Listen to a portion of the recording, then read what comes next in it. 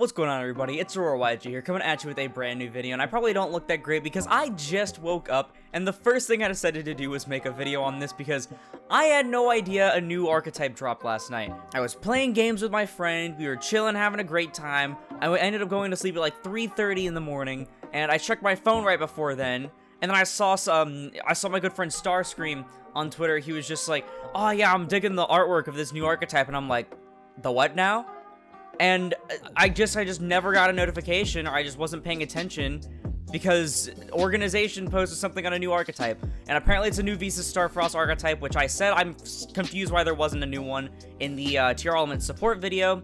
And I think there's a few new Scareclaw support cards sprinkled in here as well, like how TR Elements got more support. So yeah, let's go ahead and go over these. So this is the Kshatri-La. Huh? I'm just going to call it Chatra Law. I'm going to ignore the K entirely. I'm just going to call it Chatra Law.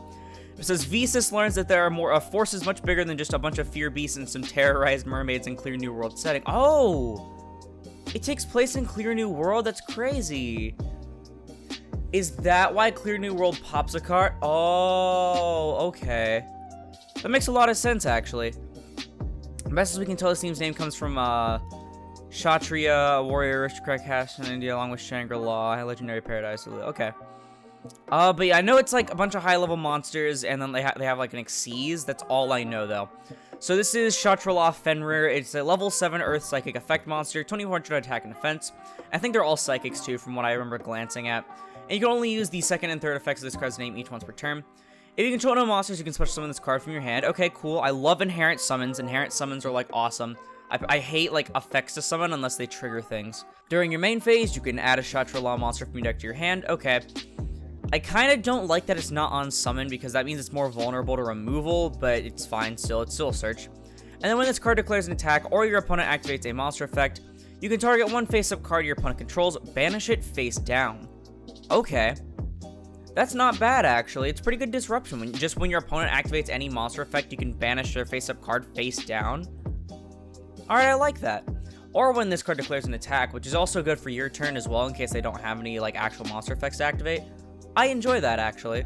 Next up, we have Chatra-La Unicorn. This is a wind psychic with 2500 attack and 2100 defense. And you can only use the second and third effects of this card's name once per turn. You control no monsters, you can special summon this card from your hand. Okay, so I guess all of them have that. And during your main phase, you can add a Chatra-La spell from deck to hand. I'm assuming the last one adds a trap. I think there's only 3 monsters, actually. When this card declares an attack or opponent activates a monster effect, you can look at your opponent's extra deck and banish a monster from it face down. That's really strong, actually. I really enjoy that. I love extra deck removal. I am a sucker for that kind of stuff. It's why I played, like, Lithosagum and the Dogmatica stuff. So that's always fun there. Also, I don't know how to feel about this anthropomorphic My Little Pony, like, looking ass dude right here. That's really weird looking. But I think for the final main deck monster, yeah, we have Chatra-La Ogre. This is a water psychic, 2800 attack and 1000 defense. You can only use the second and third effects each once per turn, and if you control no monsters, you can special summon them from your hand. During your main phase, you can indeed add a trap. And then when this card declares an attack, or if your opponent activates a monster effect, you can excavate the top 5 cards of your opponent's deck, and if you do, banish one of them face down, and place the rest on top of the deck in the same order. Not gonna lie, I thought it said banish the top 5, and I was gonna, like, scream and fall onto the floor, because this would be beautiful Mr. Rune support. But okay, depending on how good the traps are, this might actually be the worst one, only banishing one from the top of the opponent's deck. Granted, you do get to choose out of the top 5, but I don't really think that does too much. I think the one that does the stuff on field is the strongest for sure. But I don't know how to feel about all of them only specialing themselves so you control no monsters. I hope they have easier special summoning conditions because they do have a rank 7 Xyz, which hopefully it's generic, by the way, because rank 7 really needs it, because, like, we think rank 7 is really good, but it still only has a handful of good options like Big Eye and shit. So the main 3 main deck monsters out of the way, let's go ahead and look at the generic looking Xyz. This is Chatra-La Shangri-La. Sounds like it'd be a field spell, to be honest. And I really like that. It looks like it's a fucking warship satellite. It is a rank 7 fire psychic with 0 attack and 3k defense, requires 2 or more level 7s, and you can only use the first effect of this card's name once per turn. During each standby, you can special a Chatra-La monster from your deck. Each time an opponent's card or cards is banished face down, you can choose an unused main monster zone or spell and trap zone. It cannot be used while this monster is face up on the field, and if this card would be destroyed by battle or card effect, you can attach a material from it instead.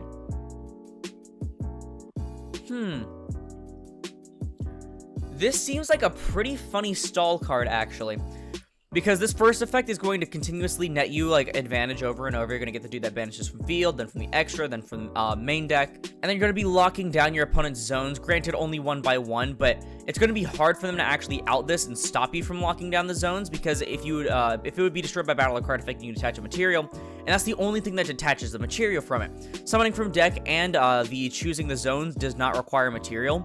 And so you can actually just sit there and potentially block off almost all of your opponent's stuff, especially if you can continuously get your Chatra Laws on board, like especially the one that banishes from field, so you can prevent them from getting too much advantage on field and, you know, swarming the board too fast.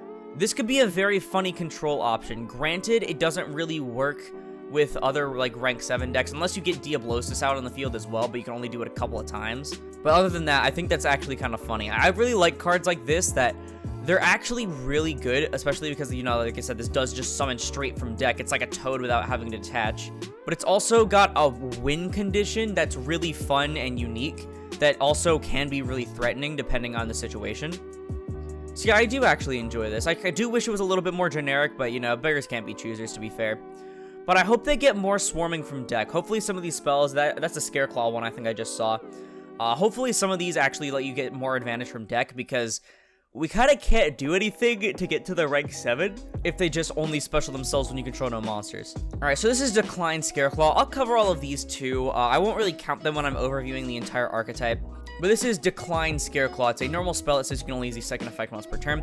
Target a field spell you control in your graveyard, return it to the hand, then if you control Visa Starfrost, you can change a face-up monster your opponent controls face-down defense position. I don't really see any for that. If there are 3 or more defense position monsters on the field, you can banish this card from grave to add a Scareclaw from grave to hand. Maybe this could be used, but it seems kind of win more if there's already 3 or more defense position monsters in the field, because they're most likely going to be your defense position monsters.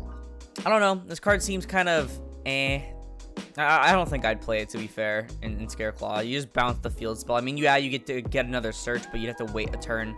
Maybe if it bounced a monster instead of changing it face down, but no clue. So this is Chatra Law Birth, saying you can only use each of these 3 effects once per turn. It's a continuous spell. It says you can normal level 7 monsters without tributing. Okay. During your main phase, you can special summon one of your non-Xyz Chatra Law monsters that is banished or in your graveyard. If your opponent activates a spell card or effect and you control a Chatra Law, you can target 3 cards in your opponent's graveyard and banish them face down. Okay.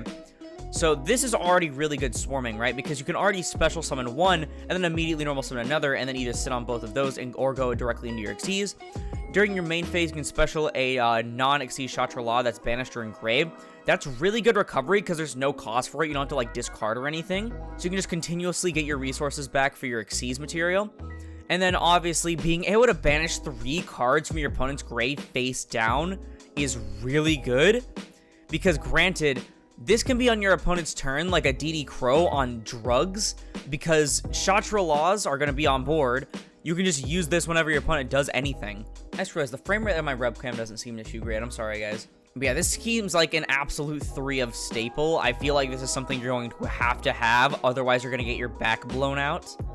But yeah, very good there. It kind of fixes some of the immediate problems with the deck already. It already got some great recovery, extra great disruption other than the main deck monsters, and then obviously really good swarming here. Next up, another Scareclaw card. This is Scareclaw Twin Saw. You can only activate 1 card with this card's name per turn. Tribute a Scareclaw monster, then target 2 cards your opponent controls, destroy them, and if you control Visa Starfrost, banish them. Okay, so they got a Sword Soul Blackout here. And if there's a Link 3 or higher monster on the field, you can banish it from grave. Link monsters on the field cannot activate their effects this turn. Okay. This card is kind of insane for Scareclaw. Granted, we're not talking about Scareclaw this video, but this card is kind of insane for Scareclaw. Like, what? So not only is it a Sword Soul Blackout, which is already really strong, and it does banish if you control Visa Starfrost, but I don't really think you're going to be too often controlling Visa Starfrost. But being able to lock down all links from activating their effects, like, without any sort of restriction, like, that's actually just kind of insane. I don't think this will make Scareclaw meta or anything, but that's really ridiculous, to be fair. And then finally, Chatra Law Prepare. I forgot to mention this, by the way, but this and their spell are searchable, so keep that in mind. But Chatra Law Prepare is a continuous trap card that says you can only use each effect once per turn. During either player's turn, you can special summon one of your Chatra Law monsters that is banished or in your hand. Okay, more really good swarming because it's during either player's turn. And if your opponent activates a trap card or effect while this card is face up in the spell and trap zone, and you control a Chatra Law monster, you can look at your opponent's hand and banish a card from it face down.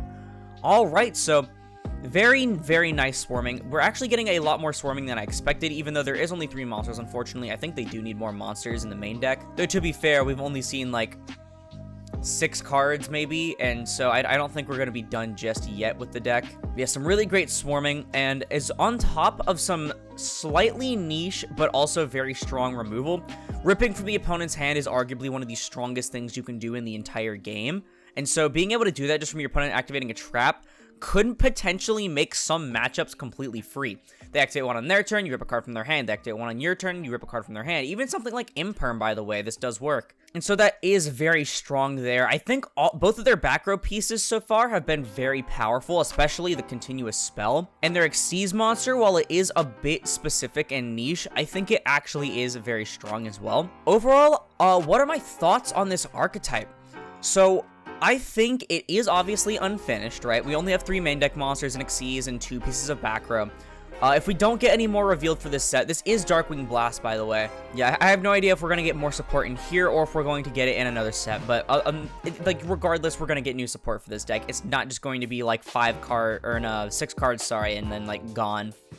Ignoring the new Scareclaw stuff, by the way. The new Scareclaw stuff, that card's mediocre, that card's broken. I think for a level 7 archetype, it has insanely good swarming, being able to normal without tributing, special banished or hand ones, special banished or grave ones.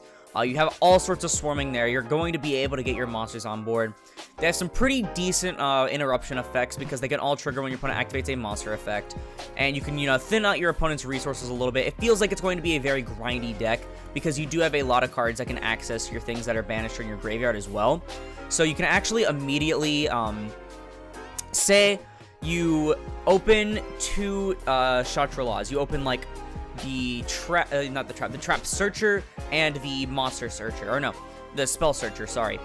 You special the spell searcher, effect, add the spell, normal summon your trap searcher, effect, add the trap, set your trap, go into your big bungus Xyz monster, who during each standby phase will be able to special a Chatra Law, so you can immediately special the monster disruption that banishes on field again. And then if you end up banishing one of your Chatra Laws, you can actually special it back, and so you have another disruption, or you can just special one of them from your hand if you have an extra one of them in your hand. And you already have some pretty good like end board setup right there, because you'll have a banish from field guaranteed, a banish probably from wherever from a different guy, some zone blocking, because again, this is not once per turn. The zone blocking can be used as many times per turn as your opponent's things are banished. Remember, it has protection, which is really solid.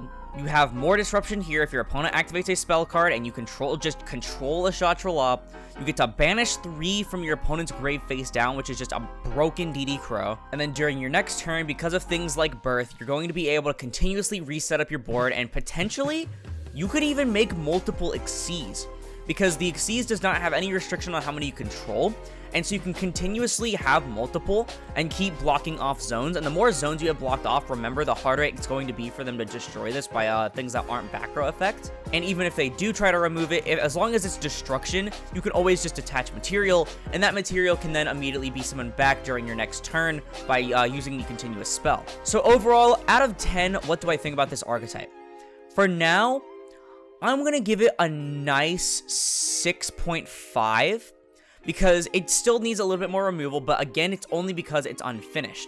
I think this deck has potential to be 8 or 9 if it gets just a few more pieces of support. I think only 3 main deck monsters is definitely not enough, especially because while they are psychics, they can't take advantage of anything like emergency teleport because they are so big, but I think this deck has potential. It seems like a very fun playstyle and something that's a bit obnoxious, but not too crazy to play against. And it's something that I do want to see more of in the future, but I don't know, that's just me. Tell me what you think about it in the comments below, because that's going to do it for the video. If you liked it, please sure to leave a like, as it helps put this video and the channel into YouTube recommended. And if you liked it and you want to see more content like it, like more review content, I try to review everything that comes out. I know I was a bit late on this one, I do apologize, but I still got it out anyway. then perhaps consider subscribing, because we're on with 1,500 subscribers, and it helps the channel more than anything else. Plus, it's absolutely free.